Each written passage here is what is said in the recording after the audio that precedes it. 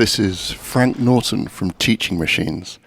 I'm here to play a little guitar and other instruments and introduce you to a few of the sounds of the Wellspring reverb system. Okay, let's get to it. So, first, let's have a little bit of rhythm guitar.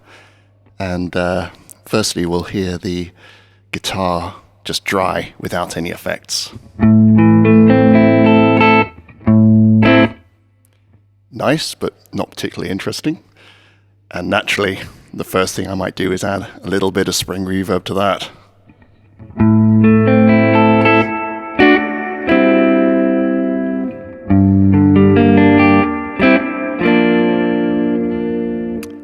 Lovely. Maybe a little bit much for this rhythm guitar part though. So I think what I would do instead is try a little bit of delay. And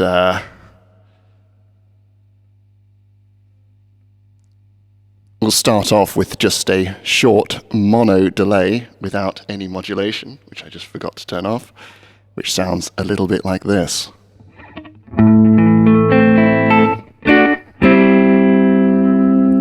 A little bit funkier.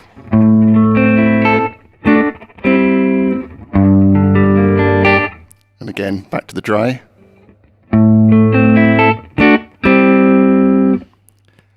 So that's quite pleasant. And we'll try a little bit of feedback on that.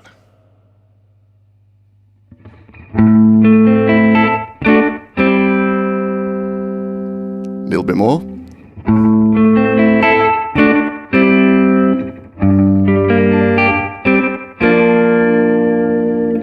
Quite nice. Maybe a little bit bright. So using the low pass filter, I'm going to take some treble off that. Just a bit. Actually, not quite that much.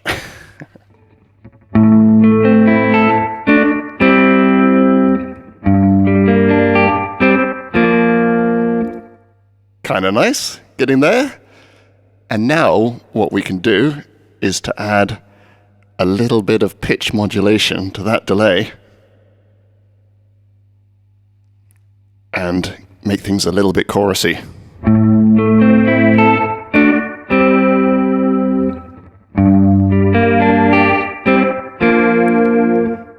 That is getting into some quite pleasant territory.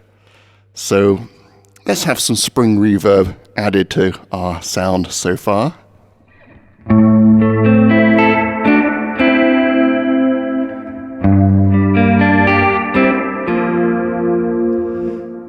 Again, nice, but maybe a little bit too much for this plain old rhythm guitar part. So I'm going to take off the springs. I'm going to turn down the feedback and go with more of a straight chorusy sound.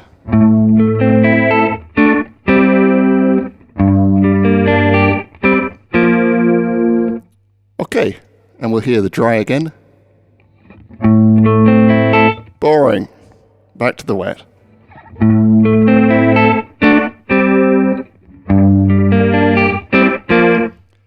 I'm liking that. So now I'm going to play a quick rhythm part on top of a 4-bar loop. Here we go.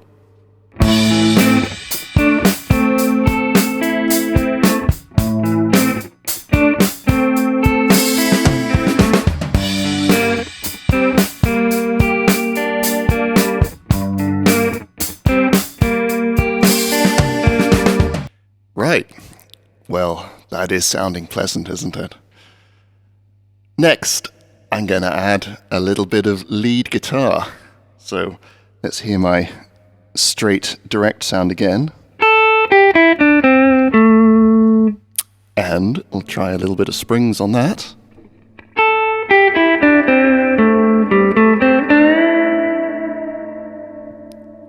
Nice.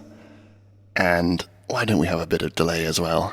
And this time I'm going to go for a longer delay. Longer and brighter. So I'm going to use the high pass, but turn the high pass frequency to lowest. and put the time a bit longer.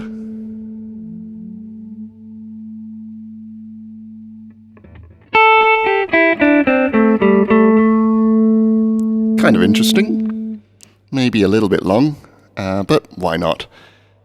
And let's have a bit of feedback on that.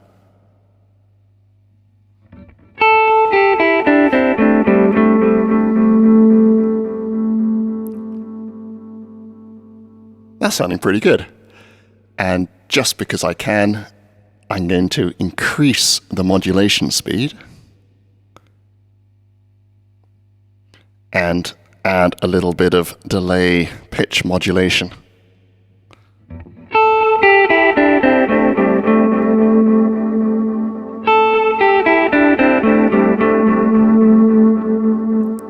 Pretty cool. And we'll have a bit more spring reverb to that.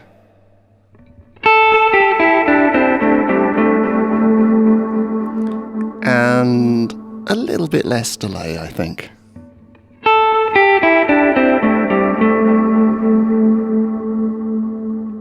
That's sounding pretty good. So I'm going to go and put this sound on top of our 4-bar loop. Okay.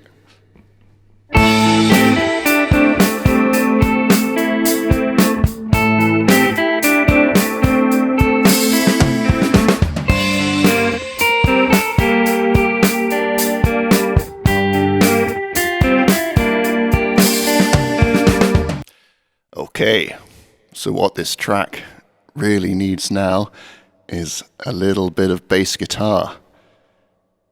I have the bass guitar plugged directly into the guitar input of the Wellspring, and with no effect at all, it sounds like this.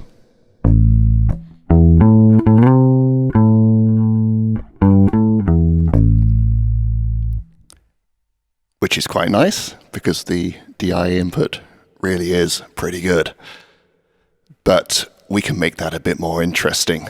So let's try adding a little bit of delay.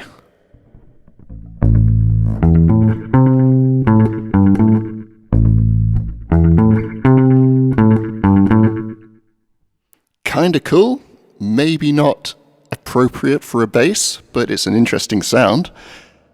And at the moment the filter is in the notch position, so I'm just removing a little bit of low end from the delay.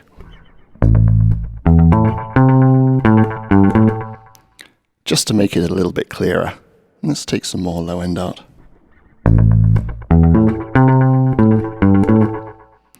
But again, maybe not suitable for our track. So let's take the feedback down for a start.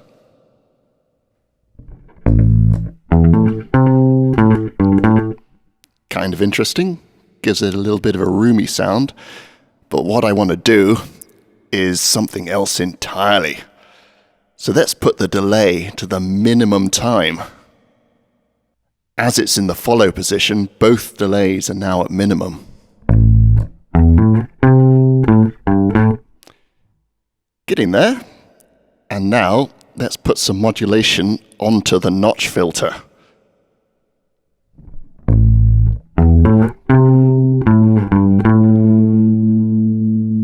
Now that's getting more interesting. As the notch filter frequency is being modulated, that gives a kind of phasey neutron sound.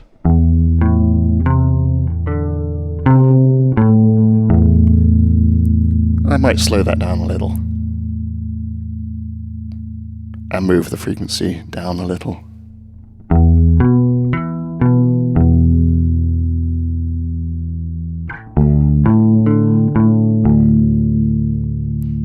Fairly subtle, but maybe for this bass part, that's just all we need. I actually quite like the faster modulation.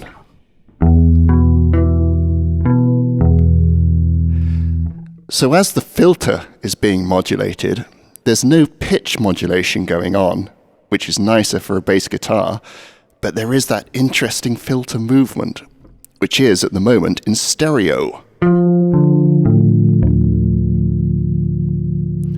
If I were to change the filter from invert to sync, then the modulation would be the same in both sides, and we would have a mono modulation.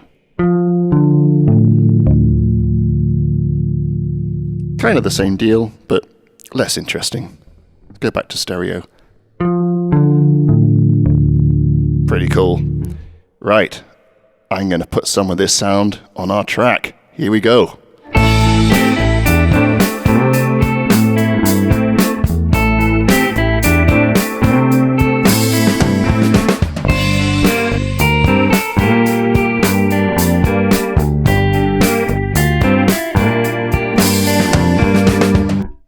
Next, I think it's time to add some keyboards using the spectacular Casio VL Tone. On its own, this doesn't sound very impressive. It sounds a little like this. Very dry. Let's add little springs to that.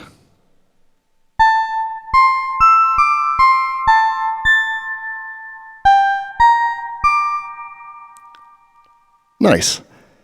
And I think we can do a little bit more. So let's turn the springs back off again and have some delay. Little too short. Let's make that a bit longer.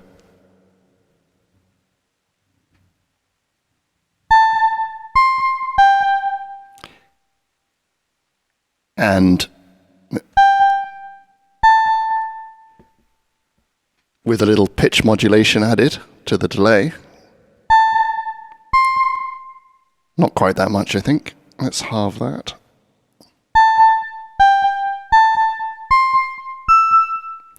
That's pretty cool. And we'll put some filter modulation in as well, just for kicks. Sounding nice. Now let's bring in some magic.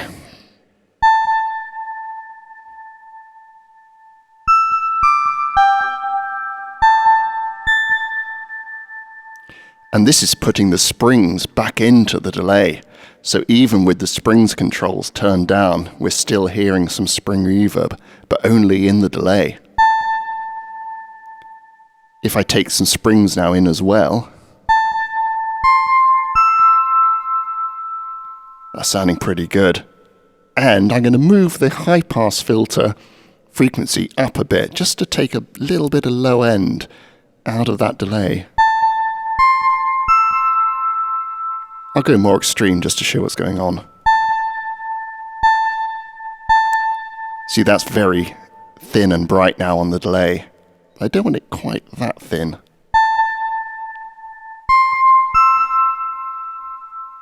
Pretty cool. Right, let's add this to our track.